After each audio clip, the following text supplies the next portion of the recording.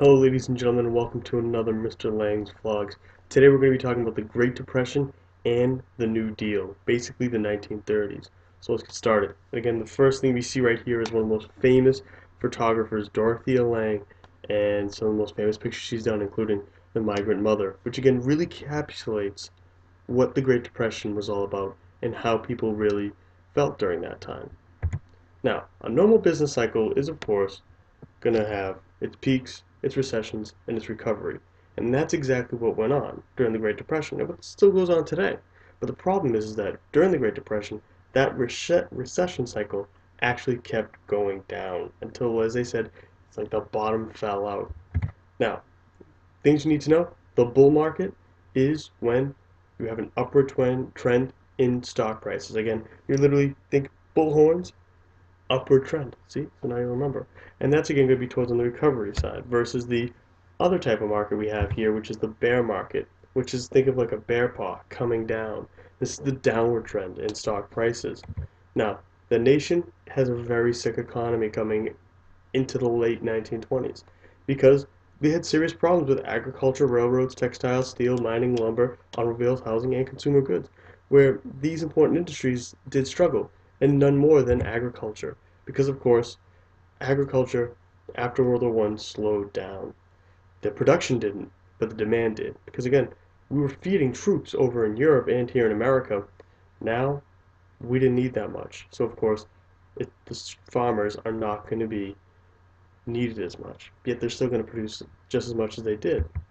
Now, consumers also spend a lot less, and the reason why is because they have rising prices in this merchandise, and their wages didn't actually go up either.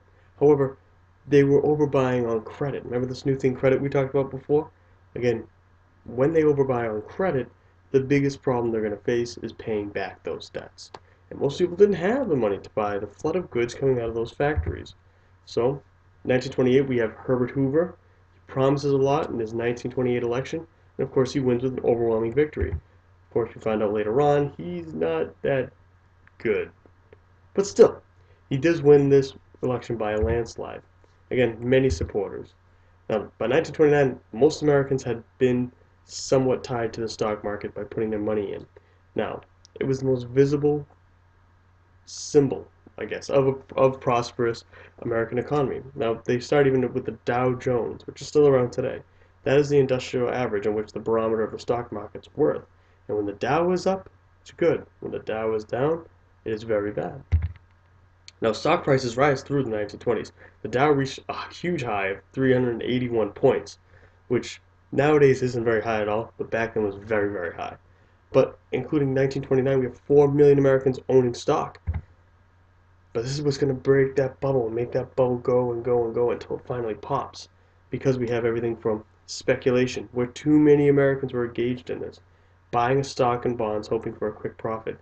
Again, like I said in class, it's like as if there's a new iPhone coming out. Well, you got to go and buy it. Everyone's going to go buy it. So if you buy that stock before it rises, when everyone buys it, that stock's going to rise.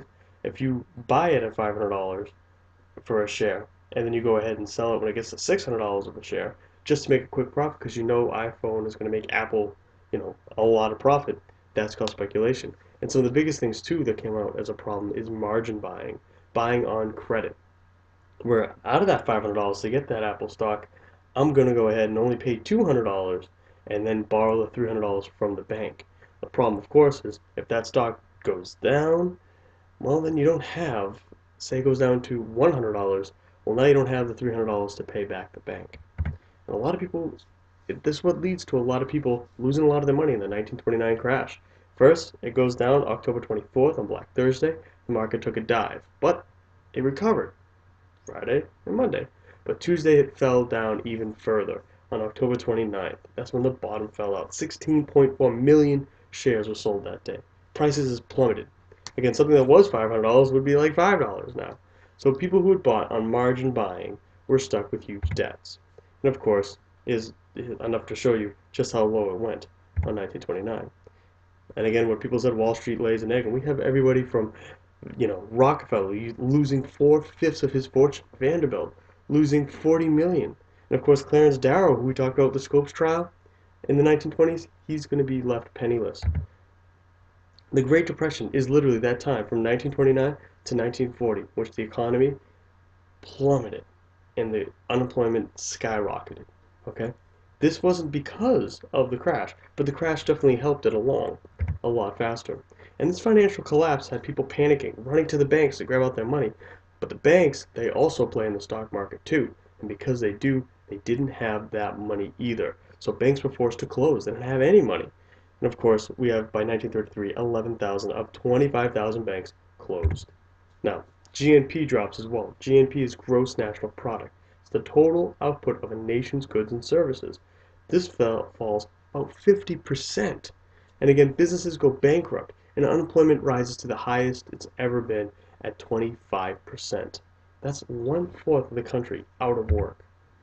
So we put in the Hawley-Smoot tariff. We put a tariff, a huge tax, on anything that's imported. Again, trying to get people to buy American goods so we can have American jobs and get that money back into America's economy.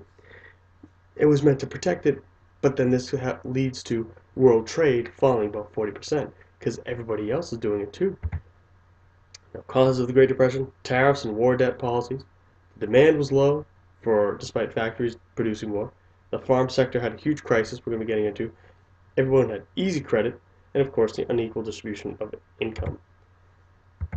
Now, lots of hardships during this Great Depression, including HOOVER'S stopped showing up in the cities everywhere. And what that is a collection of shanty towns that are makeshift shacks made out of scrap. We even have soup kitchens that come up. This one in particular in the photo was sponsored by Al Capone. Al Capone did do that.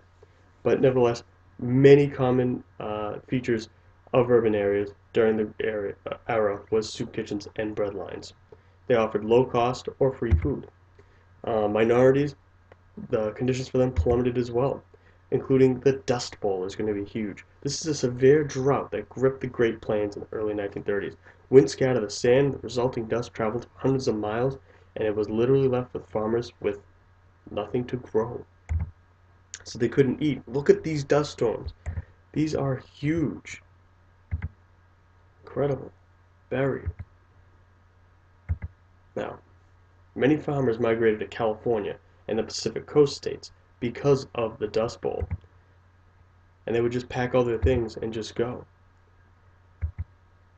Hobos are going to travel America. They're going to travel the railroads. This is where we get even the term hobo from. And again, we have a lot of effects of the Depression. Suicide rates rose, alcoholism rose, state mental hospitals, a lot more people were admitted there. Many people did show kindness to strangers and stuff, but nevertheless, many people developed saving habits and like thriftiness. If they didn't, they were out robbing banks, because some of the most famous bank robbers of all time come out of this, including John Dillinger and, of course, Bonnie and Clyde. Alright, Hoover does struggle with the Depression after the stock market crash. He tried to reassure people, and he even tries to get them to believe in rugged individualism. Again, the idea that their people succeed through their own efforts. However, even though he said pull you up by your bootstraps, it really didn't do much at all. Now he does do a successful dam project, which is originally the Boulder Dam, now called the Hoover Dam, which did give a lot of jobs and help electricity in the area. But however, it really wasn't the biggest thing. Best thing he did, but didn't help us get out of the economy. But it is still around today. It's too little, too late. Especially because he does help create the Federal Farm Board, the National Credit Organization, and the Federal Home Loan Bank. Again, to try to restructure this, but a little too little, too late, if you will. Now, the bonus army is 15,000 World War I vets arrive in Washington to support the proposed bill. One ends up happening is called the Patman Bill. This would have authorized Congress to pay a bonus to World War I vets immediately. The bonus was scheduled to be paid in 1945. The vets wanted it now. So what they're going to end up doing is they're going to go and they're going to literally storm the Capitol. And the Senate's going to vote down that bill because of their marching. But however, that's our own army. Now, 2,000 refused to leave. Hoover had to send in 1,000 soldiers under the command of General Douglas MacArthur and Dwight Eisenhower, which we're going to see in later years in World War II. They're going to go ahead and split these guys up. and Americans were shocked at the treatment of these vets. Again, MacArthur's 12th Infantry gassed like more than 1,000, including an 11-month-old baby, who ended up dying. 2 vets were shot and scores injured. I mean, Americans were outraged, and once again, Hoover's image suffered, even while it was trying to come back with the Hoover Dam. See, now with this, we are also going to have the New Deal. Once Franklin Delano Roosevelt comes to be president, what's going to happen is he's going to help fix this country. Again, the 1932 election showed that Hoover was not going to get elected again. Republicans renominated Hoover, even though there was a low approval rating. Roosevelt wins with an overwhelming victory, as you can see. Now, he promises a new deal for the American people. He took office and did a flurry of activity within the first 100 days called the 100 Days. Now, what he does is he literally gets America back to work. Congress passed more than 15 major pieces of legislation that significantly expanded the government's role in the nation's economy and welfare. Literally, he is going to help do so many things. Number one thing on his list, help banks. He says we got to reopen these banks. So he does. He also puts in the FDIC, which again ensures the account holders up to 5,000 and set strict standards for banks to follow. Nowadays, about 100,000. But now they can't lose $100,000 of their money. It's federally insured, so you wouldn't have this crisis again. And he also did other things like the AAA, which raised crop prices, the Tennessee Valley Authority, which focused on direct relief to hard-hit areas, and again helped create the more dams, more alphabet agencies, as they call them, CCCC, which is the Civilian Conservation Corps, which basically meant from ages 8 to 25 worked on building roads, parks, and planting trees. Very similar to what Obama did as well. Now, we have the PWA, which is going to also help out to construct schools and community buildings. The CWA, Civil Works Administration, going to help out with teachers. What?